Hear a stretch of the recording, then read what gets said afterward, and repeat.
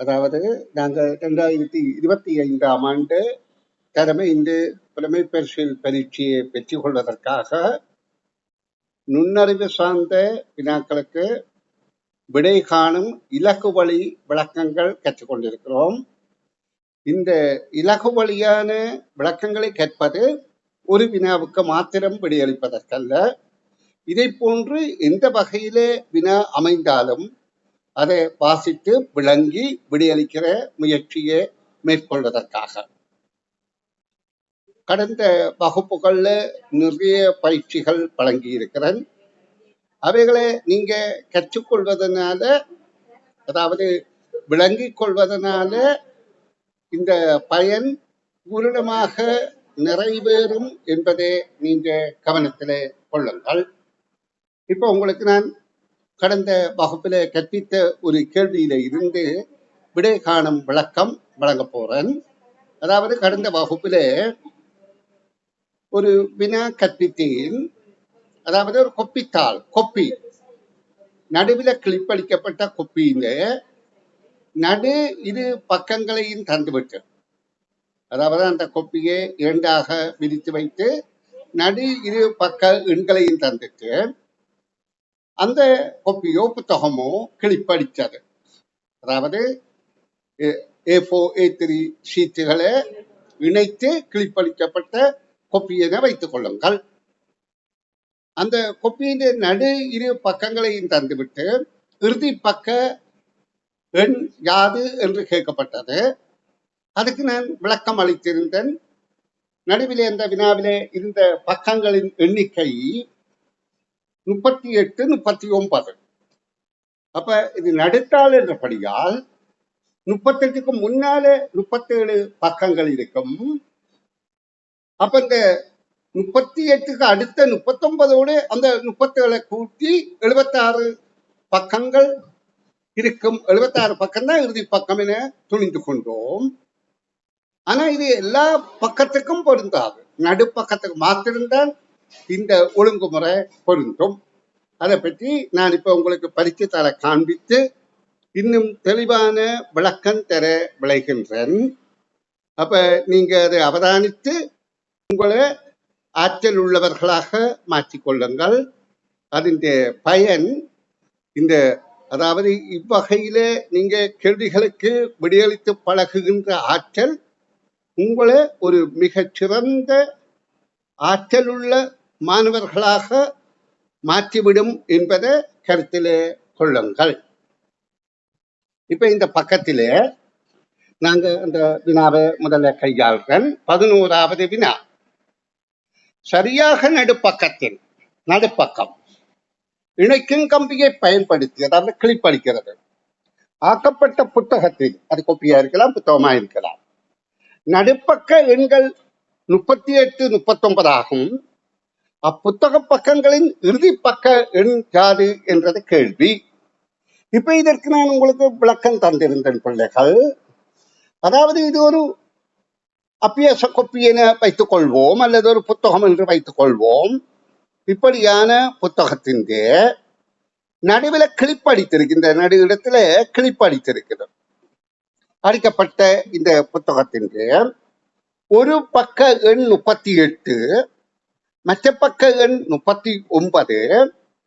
இதுல இன்னும் பக்கங்கள் இருக்கின்றது பின்னாலேயும், அதே போல முன்னாலேயும் பக்கங்கள் இருக்கின்றது. அப்ப முன்னாலே ஒன்றிலே ஆரம்பித்திருக்கும். இந்த இறுதி பக்கம் என்ன என்பதுதான் கேள்வி. அப்ப எங்களுக்கு தெரியுது, இங்க கிளிப் இங்கதான் அடித்திருக்குது. அதாவது கீழே இருந்து அடித்து இப்படியாக கிளிப் இருக்குது.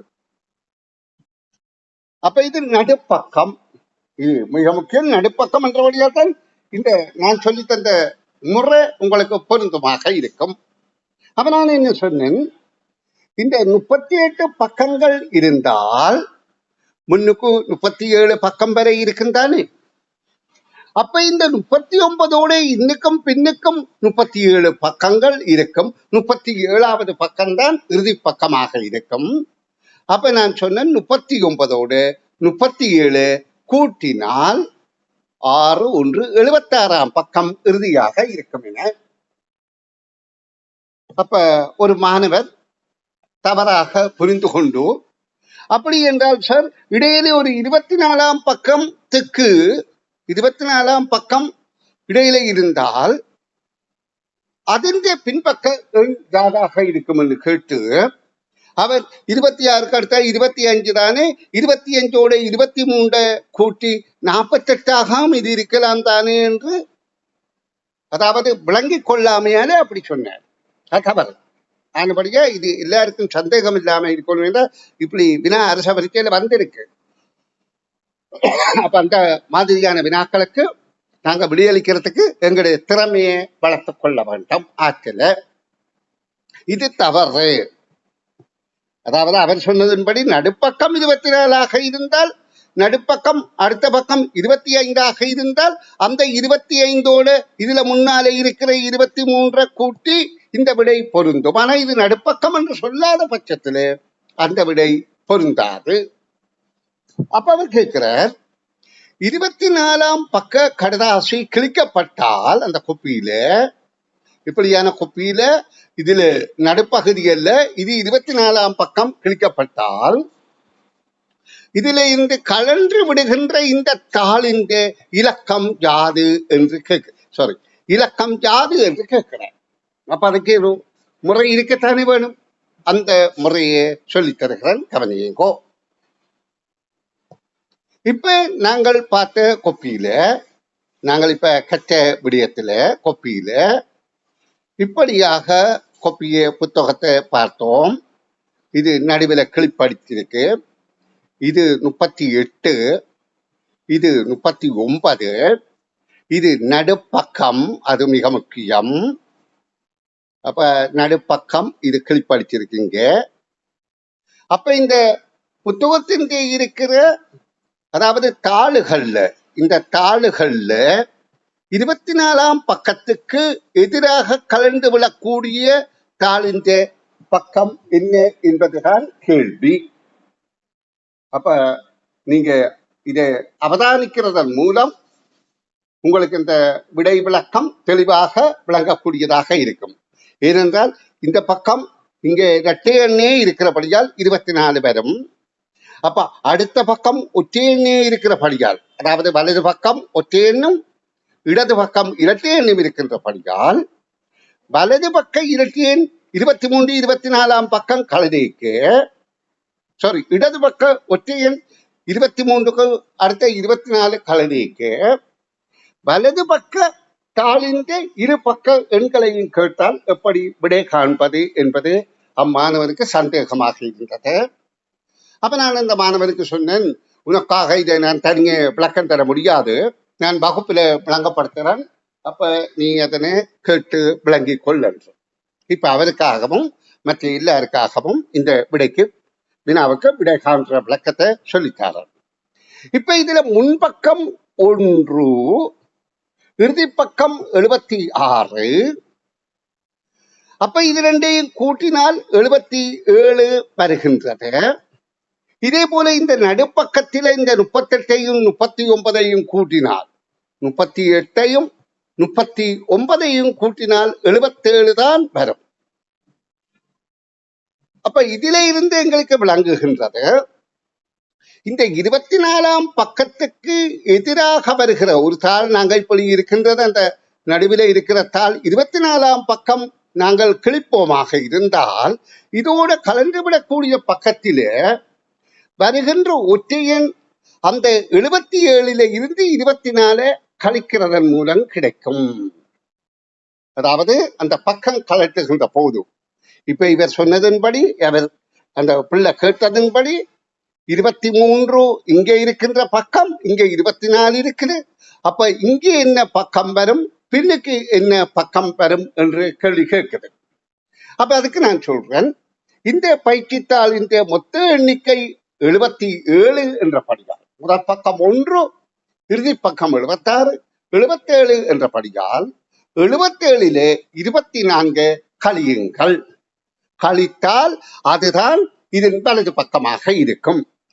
77லே 24 கழித்தால் இங்க பாருங்க 3 வருகின்றது. 7ல 4 போனால் 3. 7 2 போனால் 5. அப்ப இந்த பக்கம் 53 இருக்கும், பின்பக்கம் 54 இருக்கும். அப்ப 23 24 என்கின்ற பக்கம் கிழிக்கப்படும் போது 33 54 என்கின்ற பக்கம் கலன்று விழும் என்பதே அதற்கான விடை விளக்கம். இது நான் சொல்லி தருகின்ற போது உங்களுக்கு கொஞ்சம் சிக்கல் போல இருந்தாலும் இது ஒருவித சிக்கலும் இல்லை. நீங்க விடயத்தை இலகுவில புரிந்து கொண்டால். என்ன புரிந்து கொண்டால், அதாவது நடுப்பக்கம் அல்லது முன்பக்கத்தின், அதாவது அதில் முன்பக்கம், அதாவது 40 பக்கங்களை கொண்டு அப்பியாச குப்பி என்று சொன்னால் எங்களுக்கு தெரியும் 1 இருந்து 40 வரை இருக்கின்றது. அப்ப 41 பக்கம். அப்ப கலன்று விழுகிற பக்கம், இதுல இந்த பக்கம் கலன்று விழுகிற பக்கம் 8 இருந்து, சாரி நீங்க இங்க கலந்து விழுகிற பக்கம் முன்னுக்கு ஒற்றியல், இது 8 இருந்தால் 8 வரலாம். ஏன் முன்னுக்குத்தானே ஒற்றியல், இங்கே ஒற்றியல் 1 இந்த முன்னுக்காக இருக்கும். இதில் 7க்கு அடுத்த 8 என்பதற்கு எதிராக கலர்றது என்ன பக்கம் என்று கேட்டால், இப்ப நாங்க 41 பக்கம் என்றபடியா 41 இருந்து இந்த 8 கழிப்போமாக இருந்தால் எதிர்பக்கத்திலே இங்க கலர்ற பக்கம், இந்த 7 8க்கு எதிராக கலர்ற பக்கம் 41 8 கழித்து 3 33 34 33 34 என விடை வழங்கலாம். சரி மாணவர்களே, நாங்க தொடர்ச்சியாக இந்த பக்க ஏனைய வினாக்களுக்கு விடை காணும் விளக்கத்தில் ஈடுபடுவோம். இப்பொழுது இந்த வினாவில தொடர்ச்சியாக 12 13 வினாக்களுக்கு விடை காணும் விளக்கம். உருவில் உள்ள வலையமைப்பில் படிமுறை 1 முதலாவது நிலையும் 3வது நிலையும் ஒன்றோடொன்று மாற்றம் பெற்றது. அதாவது இங்க ஒரு அடைப்பில எழுத்துக்கள் தந்திருக்கு, 3 நிறை 3 நிரல் 9 எழுத்துக்கள் தந்திருக்கு. இந்த வடிவமைப்பில முதலாவது நிதியையும்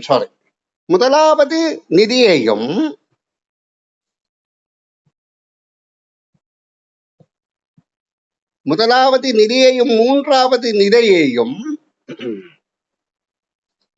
அதாவது இடமாற்றப்படுகின்றது.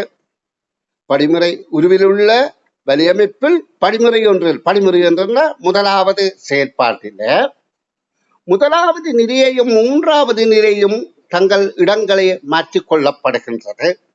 அப்ப எங்களுக்கு தெரியுது, இங்கே பானா வருகின்றது, இங்கே தானா வருகின்றது, இங்கே தையன்னா வருகின்றது, இங்கே இதே எழுத்துக்கள் மேலே வருகின்றது. அதாவது பூனா பூனா தானா கானா தானா கானா. அதை திருப்பி பார்த்தால் கதவு என்பது போல இருக்கின்றது. அப்ப முதலாவது படிமுறை மாற்றம் செய்யப்பட்டு விட்டது. இனி அடுத்து சொல்லப்படுகின்றது, 2வது படிமுறையில முதல் நிரலும் 3ஆம் நிரலும் இப்படியாக மாற்றிய பிறகு இந்த 2ம் மாற்றம் பெறுகின்றது, ஒன்றுக்கொன்று மாற்றம் பெறுகின்றது. அப்ப எங்களுக்கு தெரிகின்றது, இதுல பூனா தீனா பானா, மற்றது நடுவான் அப்படியே இருக்கும், தானா கானா தானா. முதலாவது 3ஆவதாக வருகின்றது. அப்ப கானா தீனா தையன்னா இறுதி கட்டமாக வந்த அடைப்பு. இந்த அமைப்பில இங்கு என்ன கேட்கப்படுகின்றது, இடமிருந்து வலமாக 2 சொற்களும் மேலிருந்து கீழாக 2 சொற்களும், கருத்துள்ள சொற்களும் கீழிருந்து மேலாக ஒரு சொல்லுமாக அச்சொற்களை முறையாக விடையாக தருக என்று கேட்கப்படுகின்றது. அப்ப சாரி அழிச்சிட்டேன். இடமிருந்து வலமாக அதில் வரக்கூடிய சொற்கள் கதவு என்ற சொல் வந்திருக்கும். நான் அப்ப 3 நிதியை எழுதி அதை டக்கென்று சொல்லித்தாரன் காரணம் நான் தான் அழிச்சிட்டேன் தவறாக. அப்ப இதுல 3ஆவதாக நடந்த மாற்றத்தின்படி அதுல பெறக்கூடிய சொற்களை உங்களுக்கு விளக்கந்தாரன் கவனிங்கோ. இதுல நடைபெற்ற மாற்றங்களின்படி முதல்ல நிறை 2 மாறியது. அப்ப பூனா தானா கானா பானா தையன் தானா சாரி தானா தையன்னா கீழே, அடுத்த திகதி அப்படியே வந்தது திகதி. பிறகு இது கீழே மாறுகின்ற போது இடம்பலமாக மாறும் போது க தி தை என்றது மேலிருந்து கீழாக வந்திருக்கின்றது. மற்றது அடுத்ததாக இருக்கிற தகர என்பது அப்படியே இருக்கின்றது. அடுத்தது மூன்றாவதாக இருக்கிற பூனா தீனா பானா என்பது இப்படியாக வந்தது. இப்ப கேள்வி, இதுல இடமிருந்து பலமாக 3 சொற்களும் 2 சொற்களும், இடமிருந்து பலமாக 2 சொல் என்றால் இங்க பாருங்க, ஒன்று கதவு, அடுத்தது திகதி. மேலிருந்து கீழாக 2 சொற்களும் கதிரை தகர. கீழிருந்து மேலாக ஒரு சொல் பதிவு என்பதும் விடையாக கிடைக்கின்றது. அப்ப இந்த பயிற்சிகள் மூலம் நீங்கள் பெறுகின்ற திறமை என்னென்றால், ஆற்றல் என்னென்றால், கேள்விகளை வாசித்து விளங்கி அதற்கேற்ப செயற்பட்டு விடை காணும் இலகு வழி விளக்கத்தை பெறுகிறீர்கள். இந்த பயிற்சி நிச்சயமாக உங்களுக்கு அரச பரீட்சைக்கு உதவும் என்பதை நான் என்னுடைய அனுபவ அறிவை கொண்டு உங்களுக்கு விடை பகர்றேன். இனி நான் 13வது கேள்விக்கு விடை விளக்கம் தர்றேன். கவனிங்கோ பிள்ளைகள். ஒரு கடிகாரத்தின் முகம் 3 துண்டுகளாக உடைந்து விட்டது. இவற்றில் முதற் துண்டில் 3 எண்களும், 2ஆம் துண்டில் 4 எண்களும், 3ஆம் துண்டில் 5 எண்களும் காணப்பட்டன. முதல் 2 துண்டுகளிலும் உள்ள எண்களின் கூட்டுத்தொகை 49 ஆகும். 3ஆம் துண்டில் உள்ள எண்களின் கூட்டுத்தொகை யாது? இங்கே எங்களுக்கு தரப்பட்ட தகவல் ஒரே ஒரு தகவல் தான் தரப்பட்டிருக்கிறது. அதாவது ஒரு கண்ணாடி, கடிகாரம் என்று வைத்துக் கொள்ளுங்கோ. அது ஏதோ ஒரு வழியில 3 துண்டா உடைந்து போட்டு என்று வைத்துக் கொள்ளுங்கோ. ஏதோ 2 துண்டுகளின் கூட்டுத்தொகை இங்கு தரப்பட்டது. இந்த துண்டு பண்ணி வையுங்க. இந்த 2 துண்டையும் கூட்டினால் 49 வருகிறான். அப்ப இந்த துண்டில உள்ள இலக்கங்களின் கூட்டுத்தொகை எவ்வளவு என்று கேட்கப்படுகிறது. நான் இப்ப காட்டுறபடியா இதுதான் என்று நினைக்காதீங்க. இங்க தரப்பட்ட தரவுகளுக்கு நான் விளக்கம் தரேன். அப்ப சில வேளை இராம இருக்கலாம் அல்லது இராம இருக்கலாம், எப்படியும் இருக்கலாம். அதை பற்றி நாங்கள் சொல்ல முடியாது. ஆனா எங்களுக்கு கூட்டுத்தொகை 49 தந்தபடியால், அதாவது முதலில் துண்டுகள்ல இந்த 2 துண்டுகள்ல தந்தால் இந்த துண்டின் கூட்டுத்தொகை எவ்வளவு என்று கேட்கப்படுது. அப்படி இல்லை இந்த 2 தந்துதா இது எவ்வளவு, அப்படி இல்லை இது 2 தந்துதா இது எவ்வளவு என்று கேட்கப்படுது. எங்கேயோ ஏதோ ஒன்று கேட்கப்படுகின்றது. கேள்வியை முதல் நன்றாக விளங்கிக் கொள்ளுங்கள். ஒரு கடிகார முகம், நாங்க கடிகார முகத்தை வட்டமாக நிற்கின்றோம். 3 துண்டுகளாக உடைந்து விட்டது. அது எப்படியாவது 3 துண்டுகளாக உடைந்து விட்டது. இவற்றில் இது முதல் துண்டில் 3 எண்களும், ஏதாவது ஒரு துண்டில 3 எண்களும், 3 எண்கள், அதாவது கடிகாரத்துக்குரிய எங்களுக்கு தெரியும். கடிகாரத்துல 12ல இருந்து பிறகு 1ல ஆரம்பித்து திரும்ப 11 வரை, அப்போ 1ல இருந்து 12 வரையிலான இலக்கம் இருக்கும். அப்ப முதல் துண்டிலே அப்படி இருக்கிற இலக்கங்கள்ல 3 எண்கள் இருக்கா. அடுத்த துண்டில 4 எண்கள் இருக்கா. அப்ப மொத்தம் 12 எண்கள்ல 4 3 7 போனால் மிகுதி 5 இலக்கம் 3வது துண்டில இருக்கிறான். இப்ப கேள்வி தந்த தரவு என்ன? ஒரு 2 துண்டில முதல் 2 துண்டுகள்லையும் அவை சொன்ன, அதாவது 3 இலக்கம் இருப்பது 4 இலக்கம் இருப்பது இந்த கூட்டுத்தொகை 49 என்ற அந்த இலக்கங்கள எண்கள் இந்த கூட்டுத்தொகை, ஒரு இலக்க எண் 2 இலக்க எண்ணாக அந்த கூட்டுத்தொகை 49ஆக இருந்தால், அடுத்த இந்த இதுல இருக்கிற 5 இலக்கங்கள் உள்ள துண்டின் இலக்கங்களின் கூட்டுத்தொகை யாது என்று கேட்கப்படுகின்றது. அப்ப இதுக்கு நாங்க கடிகார முகத்தை கீறி சிக்கல் பட்டு கொண்டிருந்தால் ஒரு பரீட்சைத்தால ஒரு கேள்விக்கு தான் விடையளிக்க முடிஞ்சதா இருக்கும். அதாவது அந்த பரீட்சை செய்கிறது அந்த 45 நிமிடத்துல இந்த ஒரு கேள்விக்கு தான் விடையளிக்கக்கூடியதாக இருக்கும். இது ஒன்றும் அதாவது பரீட்சையை தழுவாத கேள்வி என்று கருதிவிடாதீங்கோ. இது கடந்த வருடங்கள்ல நடந்த அரச பரீட்சை வினாக்களை தழுவிய கேள்வி. ஏன் இந்த தழுவிய கேள்வி ஊடாகத்தான் நாங்க விடை காணும் விளக்கத்தை அணுக வேண்டும். அப்ப நாங்க இதுக்கு என்னென்று விடை காண்பது என்றால், இலகு வழி பாருங்க, இலகுவா இருக்கின்ற இதிலே 1லே ஆரம்பித்து 1 2 3 4, 5, 6, 7, 8, 9, 10, 11, 12 என்ற எண்கள் இருக்கின்றது. 12 எண்கள். அப்ப 3 துண்டில இருக்கிறது 49 என்றால் இந்த 12 எண்களின் கூட்டுத்தொகையை பார்த்து அதில இருந்து இந்த 49 கழித்தோமாக இருந்தால் அந்த 3வது துண்டின் விடை எங்களுக்கு தெரியும். அப்ப இது என்ன? 12வது முக்கோணங்கள். 1ல இருந்து 1, 2, 3, 2 தொடராக 12 வரையில கூட்டிருந்தா 12வது முக்கோடுகள். அப்ப நாங்க 12 13ஆல பெருக்கி வருகின்ற விடையை 2ஆல வகுத்தால் எங்களுக்கு தெரியும் 13வது முக்கோடுகள் வரும்.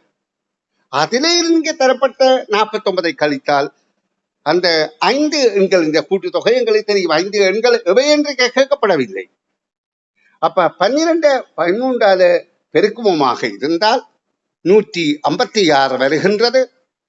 அதை 2ஆல வகுப்போமாக இருந்தால் 7, 8 வருகின்றது. 78 வருகின்றது. அதாவது 78 வருகின்றது. அப்ப 78ல இந்த 49 கழிப்போமாக இருந்தால் 78ல 49 கழித்தால் 1 கடனத்தா 18, 18ல் 9 மீதி. இப்ப இது 6 ஆயிட்டு. 6ல் 2 போனா 29. அப்ப கேள்விக்கான விடை 29 ஆகும். அன்பு குழந்தைகளே, இப்ப இந்த கேள்விகள் எல்லாம் உங்களுக்கு என்னால தொகுக்கப்பட்டு நுண்ணறிவு பயிற்சியாக வழங்கப்பட்ட பயிற்சி புத்தகத்தில் உள்ள வினாக்கள். இதே போல அதாவது என்னுடைய வெற்றிக்கணிகள், புலமை ஆசான் என்கின்ற இதழ்களையும் பல கேள்விகளை தயாரித்து வழங்கி இருக்கிறேன். அவை அத்தனையும் கடந்த கால அரச பரீட்சைத்தாளோடு நீங்க ஒப்பிட்டு பார்த்தால் ஓரளவு இன்னும் எனக்கு திருப்தியாக தரமானவையாக இருக்கு. அவற்றை பயிற்சி செய்து நீங்கள் பலன் அடையலாம் என நான் என்னுடைய அனுபவத்தை ஆதாரமாக வைத்து உங்களுக்கு உறுதியளிக்கின்றேன். நன்றி.